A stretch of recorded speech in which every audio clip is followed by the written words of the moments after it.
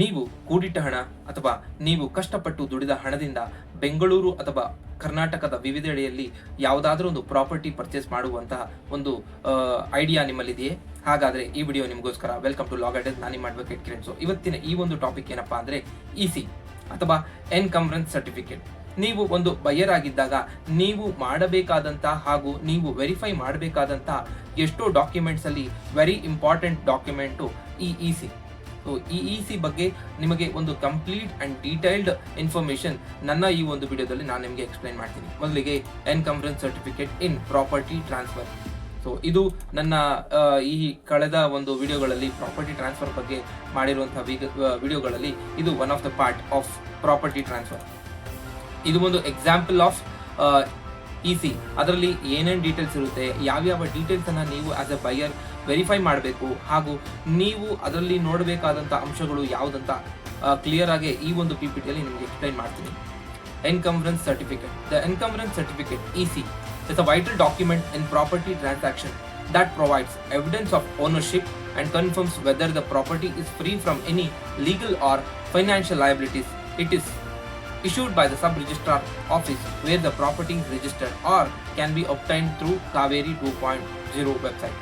So ಈ ಒಂದು EC ನಿಮಗೆ ಒಂದು ಕ್ಲಿಯರ್ ಕ್ಲಾರಿಫಿಕೇಶನ್ ಕೊಡುತ್ತೆ ಆ ಪರ್ಟಿಕ್ಯುಲರ್ ಪ್ರಾಪರ್ಟಿಯ ಓನರ್ ಯಾರು, ಹಾಗೂ ಈ ಹಿಂದೆ ಅದು ಸೇಲ್ ಆಗಿತ್ತಾ, ಮಾರ್ಟ್ಗೇಜ್ ಆಗಿತ್ತಾ, ಅಥವಾ ಗಿಫ್ಟ್ ಆಗಿ ಬಂದಂತ ಪ್ರಾಪರ್ಟಿನ, ಇದ್ರ ಮೇಲೆ ಏನಾದರೂ ಕೇಸಸ್ ಇದೆಯಾ, ಇದ್ರ ಮೇಲೆ ಏನಾದರೂ ಸಾಲಗಳಿದೆಯಾ ಅನ್ನುವ ಒಂದು ಕಂಪ್ಲೀಟ್ ಡೀಟೇಲ್ಸ್ ನಿಮಗೆ ಈ ಒಂದು ಇಸಿ ಕಾಪಿ ಸಿಕ್ಕಿದ ಕೂಡಲೇ ನಿಮಗೆ ಕ್ಲಿಯರ್ ಆಗಿ ಅರ್ಥ ಆಗುತ್ತೆ. ಯಾಕಂದ್ರೆ ಪ್ರಾಪರ್ಟಿ ಪರ್ಚೇಸ್ ಮಾಡಿದ ಮೇಲೆ ನಿಮ್ಗೆ ಏನಾದರೂ ಈ ಒಂದು ವಿಷಯಗಳು ಗೊತ್ತಾದ್ರೆ ಇದ್ರ ಮೇಲೆ ಕೇಸ್ ಇರೋದು, ಇದ್ರ ಮೇಲೆ ಯಾವುದಾದ್ರೂ ಸಾಲಗಳಿರೋದು, ನಿಮ್ಮ ಒಂದು ಹಣ ನಷ್ಟ ಆಗುತ್ತೆ ಹಾಗೂ ನೀವು ಕೋರ್ಟ್ ಕಚೇರಿ ಅಂತ ಸುಮಾರು ವರ್ಷ ಅಲ್ದಾಡಬೇಕಾಗುತ್ತೆ.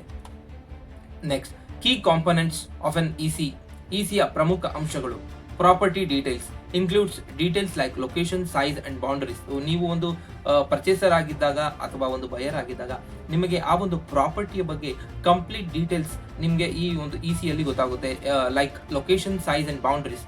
Ownership history. So ownership history ಅಂದ್ರೆ ಒಂದು ಸುಮಾರು ಒಂದು 20 ವರ್ಷ, 30 ವರ್ಷ, 50 ವರ್ಷದ ಹಿಸ್ಟ್ರಿ ಸಹ ಇದರಲ್ಲಿ ನಿಮಗೆ ಸಿಗುತ್ತೆ. ಯಾಕಂದ್ರೆ ಇದು ಸೇಲ್ ಆಗಿದ್ದ ಅಥವಾ ಮಾರ್ಟ್ಗೇಜ್ ಗಿಫ್ಟ್ ಆಗಿ ಬಂದಂತ ಪ್ರಾಪರ್ಟಿನ ನಿಮಗೆ ಸೆಲ್ ಮಾಡ್ತಿರುವವರು ಅವರೇ ಆಕ್ಚುಯಲ್ ಓನರಾ ಇದಂತ ನಿಮಗೆ ಒಂದು ಕ್ಲಾರಿಫಿಕೇಶನ್ ಸಿಗುತ್ತೆ ಈ ಇಸಿ ನೋಡಿದಾಗ.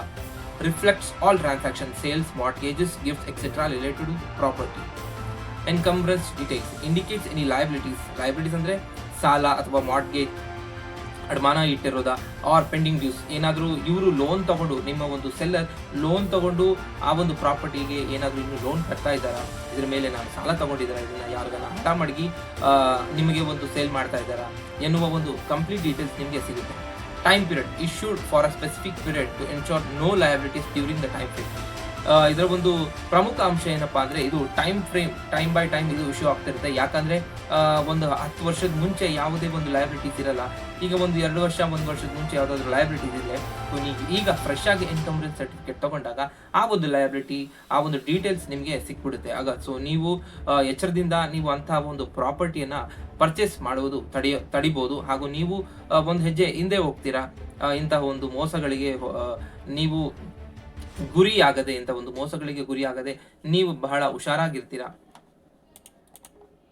Next, purpose of an encumbrance certificate. Encumbrance ಪ್ರಮಾಣ ಪತ್ರದ ಉದ್ದೇಶ. Proof of ownership. ಈಗಾಗಲೇ ನಾನು ಎಕ್ಸ್ಪ್ಲೈನ್ ಮಾಡಿದ ಹಾಗೆ establishes the seller's clear title over the property. Liability check. Ensure the property is not encumbered by debts, loans or mortgages. Legal compliance. helps buyers verify there are no ongoing litigations or claims. Loan sanction required by banks or a financial institution when availing a loan against the property. ನೀವು ಈ ಒಂದು particular details ನಾನು ಈಗಾಗಲೇ ಹೇಳಿದಾಗೆ ಎಲ್ಲವೂ ನಿಮಗೆ ಸಿಕ್ಕಿದಾಗ ನಿಮಗೆ ಒಂದು ಆ ಒಂದು ಪ್ರಾಪರ್ಟಿಯನ್ನು ಪರ್ಚೇಸ್ ಬಿಡೋದಾ ಅನ್ನುವ ಒಂದು ಕ್ಲಾರಿಟಿ ನಿಮಗೆ ಸಿಗುತ್ತೆ. ಈ ಒಂದು encumbrance certificate very important in terms of ಬೈಯರ್ಗಾಗಲಿ ಸೆಲ್ಲರ್ಗಾಗಲಿ ಇಬ್ಬರಿಗೂ ಸಹ ಇದು ಅಷ್ಟೇ ಅನುಕೂಲ. ಹಾಗೂ ಬೈಯರ್ಗೆ ಎಸ್ಪೆಷಲಿ ಇದು ಒಂದು I opening certificate. Importance in property transfer. Before finalizing the purchase of a property, the buyer must verify the EC to avoid inheriting any unresolved debts or disputes. Ensure the property has a clear title for future resale or development, prevent legal complications or invalid transactions. ಯಾವುದೇ ಒಂದು case ಇರುತ್ತಾ, ಯಾವುದೇ ಒಂದು ಸಾಲಗಳಿರುತ್ತಾ, ಹಾಗೂ ಆ ಒಂದು seller ಅವರೇ ನಿಜವಾದ ಟೈಟಲ್ ಓನರ ಅಥವಾ ನಿಜವಾದ ಒಂದು ಓನರ ಅನ್ನುವ ಒಂದು ಕ್ಲಿಯರ್ ಕ್ಲಾರಿಫಿಕೇಶನ್ ಸಿಗುತ್ತೆ ಈ ECಯಲ್ಲಿ. Conclusion point. ಸೊ ಕೊನೆಯದಾಗಿ conclusions for encumbrance certificate EC.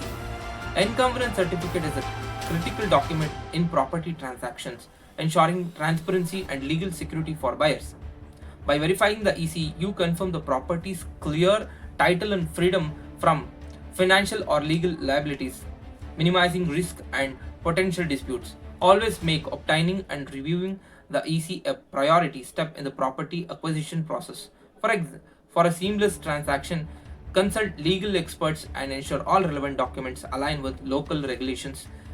A thorough due diligence process supported by the EC safeguards your investment and provides peace of mind. ನಾನೀಗ ಯಾವಾಗಲೂ ಹೇಳ್ತಾ ಇರ್ತೀನಿ, ನೀವು ಒಂದು ಪ್ರಾಪರ್ಟಿಯನ್ನು ಪರ್ಚೇಸ್ ಮಾಡ್ತಿರ್ಬೇಕಾದ್ರೆ ಆಸ್ ಅ ಬೈಯರ್ ಬಹಳ ಒಂದು ಕೇರ್ಫುಲ್ ಆಗಿ ಆ ಒಂದು ಎಕ್ಸ್ಪರ್ಟ್ಸು, ನೀವು ಒಂದು ವಕೀಲರನ್ನ ಭೇಟಿ ಮಾಡಿ ನಿಮಗೆ ಆ ಒಂದು ಕಾಪಿ ಕಂಪ್ಲೀಟ್ ಆ ಒಂದು ಪ್ರಾಪರ್ಟಿಯ ಕಂಪ್ಲೀಟ್ ಡಾಕ್ಯುಮೆಂಟ್ಸ್ನ ತಗೊಂಡು ಬಂದು ನಿಮ್ಮ ಒಂದು ಲಾಯರ್ಗೆ ಕೊಟ್ಟು ಆ ಲಾಯರ್ ಆ ಒಂದು ಪರ್ಟಿಕ್ಯುಲರ್ ಡಾಕ್ಯುಮೆಂಟ್ಸ್ನ ವೆರಿಫೈ ಮಾಡಿ ಅದು ನೀವು ಪರ್ಚೇಸ್ ಮಾಡಲು ಉತ್ತಮ ಎಂದು ಅವರು ಒಂದು ಒಪಿನಿಯನ್ ಕೊಟ್ಟ ಮೇಲೆ ಸಹ ನೀವು ಇಂತಹ ಪರ್ಚೇಸನ್ನು ಮಾಡಬೇಕು. ಯಾಕಂದರೆ ಎಷ್ಟೋ ಸರ್ತಿ ಲಾಯರ್ ಫೀಸ್ ಉಳಿಸೋಕೆ ಅಥವಾ ನೀವು ತೋರುವಂಥ ಕಂಜೂಸ್ತನ, ಯಾಕಂದರೆ ವೆರಿಫೈ ಮಾಡೋದಿಲ್ಲ, ಜಸ್ಟ್ ಬ್ಲೈಂಡ್ ಬಿಲೀಫ್, ನಮ್ಮ ಫ್ರೆಂಡು ನಮ್ಗೆ ಗೊತ್ತಿರೋದ್ರಿಂದ ಇವರು ನಮ್ಗೆ ಸಿಕ್ಕಿರೋದು, ಇಂಥ ಪ್ರಾಪರ್ಟಿ ಸಿಕ್ಕೋದಿಲ್ಲ, ಇಂಥ ಕಡಿಮೆ ರೇಟ್ಗೆ ಇಂಥ ಒಂದು ಏರಿಯಾದಲ್ಲಿ ಇದು ಎ ಖಾತಾ ಬಿ ಖಾತಾ ಎಕ್ಸೆಟ್ರಾ ಈ ಒಂದು ಅಂಶಗಳನ್ನು ನೀವು ಜಸ್ಟ್ ಫಾರ್ ದ ರಶ್ ಆ ಒಂದು ಪ್ರಾಪರ್ಟಿ ಮೇಲಿರುವ ಆಸೆಗೆ ನೀವು ಮಾಡುವಂಥ ಒಂದು ಸಣ್ಣ ತಪ್ಪು. ವೆರಿಫೈ ಮಾಡದೆ ನೀವು ಪ್ರಾಪರ್ಟಿನ ಪರ್ಚೇಸ್ ಮಾಡಿರ್ತೀರ, ತದನಂತರ ನಿಮಗೆ ಆ ಪ್ರಾಪರ್ಟಿ ಮೇಲೆ ಲೋನ್ಸ್ ಇರುವುದಾಗಲಿ ಅಥವಾ ಆ ಪ್ರಾಪರ್ಟಿ ಮೇಲೆ ಟೈಟಲ್ ಓನರ್ ಬಂದು ಅಣ್ಣ ತಮ್ಮದಿರುತ್ತಾರೆ, ಸೊ ಲಿಟಿಗೇಷನ್ಸ್ ಇರುತ್ತೆ. ಈ ಒಂದು ಪ್ರಾಪರ್ಟಿ ಕೋರ್ಟ್ ಕೇಸ್ನಲ್ಲಿದೆ, ಇನ್ನು ಯಾರು ನಿಜವಾದ ಟೈಟಲ್ ಓನರ್ ಅದನ್ನೇ ಗೊತ್ತಿರದೆ ನೀವು ಪರ್ಚೇಸ್ ಮಾಡಿ ಸುಮಾರು ವರ್ಷಗಳ ನೀವು ಕೋರ್ಟ್ ಕೇಸ್ ಅಂತ ಅಲ್ದಾಡಬೇಕಾಗುತ್ತೆ. ಓಕೆ ನೀವು ಅಲ್ದಾಡ್ತೀರಾ, ಆದರೆ ನೀವು ಕಷ್ಟಪಟ್ಟು ಒಂದೊಂದು ರೂಪಾಯಿ ಸಹ ಕೂಡಿಟ್ಟು ನೀವು ಸೇರಿಸಿರುವಂಥ ದುಡ್ಡು ಇಂತಹ ಒಂದು ಮೋಸಕ್ಕೆ ನೀವು ಕೊಟ್ಟಾಗ ನಿಮಗೆ ಆಗುವಂಥ ಒಂದು ನೋವು, ಅದನ್ನು ನಾವೇನೇ ಹೇಳಿದ್ರು ಅದು ನಿಮಗೆ ಒಂದು ಅರ್ಥ ಆಗುತ್ತೆ. ಅದನ್ನು ನಾವೇನೇ ಹೇಳಿದ್ರು ಇಟ್ ಕಾಂಟ್ ಬಿ ಕಾಂಪನ್ಸೇಟೆಡ್. ಸೊ ಅದಕ್ಕೆ ಬಹಳ ಜಾಗೃತರಾಗಿರಿ. ಹಾಗೂ ಪ್ರಾಪರ್ಟಿ ಪರ್ಚೇಸ್ ಮಾಡಬೇಕಾದ್ರೆ ಅದು ಈ ಬೆಂಗಳೂರು ಅಂತ ದೊಡ್ಡ ನಗರಗಳಲ್ಲಿ ರಿಜಿಸ್ಟರ್ಡ್ ಡೆವಲಪರ್ಸ್ ಹತ್ರ ನೀವು ಪರ್ಚೇಸ್ ಮಾಡೋದಾಗಲಿ, ರೆರಾ ಅಂಡರ್, ನನ್ನ ಈ ಹಳೆ ವಿಡಿಯೋದಲ್ಲಿ ರೆರಾ ಬಗ್ಗೆ ಮಾತಾಡಿದ್ದೀನಿ. ರೆರಾ ಅಂಡರ್ ರಿಜಿಸ್ಟರ್ ಆಗಿರುವ ಡೆವಲಪರ್ ಆಗಲಿ ನೀವು ಪರ್ಚೇಸ್ ಮಾಡಬೇಕಾದ್ರೆ 1-10 ಸರ್ತಿ ಯೋಚನೆ ಮಾಡಿ ಪರ್ಚೇಸ್ ಮಾಡುವಂಥದ್ದು. ಯಾಕಂದರೆ ನೀವು ಇನ್ವೆಸ್ಟ್ ಮಾಡ್ತಿರೋದು ನಿಮ್ಮ ಲೈಫ್ ಟೈಮ್ ಸೇವಿಂಗ್ಸ್ ಇರ್ಬೋದು, ನಿಮ್ಮ ಒಂದು ಲೈಫ್ ಟೈಮ್ ಕಷ್ಟಪಟ್ಟು ದುಡಿದಿದ್ದಂಥ ಅಮೌಂಟು ಅಥವಾ ಸಾಲವಾಗಿ ನೀವು ಪಡೆದಿರುವಂಥ ಅಮೌಂಟು ನಿಮ್ಮ ಒಂದು ಫ್ಯೂಚರ್ ಮಕ್ಕಳಿಗೆ ಯೂಸ್ ಆಗಲಿ ಅನ್ನುವ ಒಂದು ಒಳ್ಳೆಯ ಉದ್ದೇಶದಿಂದ ನೀವು ಪರ್ಚೇಸ್ ಮಾಡ್ತಿರ್ತೀರಾ. ದಯಮಾಡಿ ವೆರಿಫೈ ಮಾಡಿ, ಲಾಯರ್ನ ಕನ್ಸಲ್ಟ್ ಮಾಡಿ ನೀವು ಪರ್ಚೇಸ್ ಮಾಡಿದರೆ ನಿಮಗೆ ಬಹಳ ಉತ್ತಮ. ನಿಮಗೆ ಯಾವುದೇ ಒಂದು ಪ್ರಾಬ್ಲಮ್ ಆಗುವುದಿಲ್ಲ, ಹಾಗೂ ನೀವು ಆ ಒಂದು ಪರ್ಟಿಕ್ಯುಲರ್ ಪ್ರಾಪರ್ಟಿನ ಪೀಸ್ಫುಲ್ ಪೊಸಿಷನ್ನ ಯೂಸ್ ಮಾಡಿಕೊಂಡು ಸಂತೋಷವಾಗಿ ಅಲ್ಲಿರ್ಬೋದು.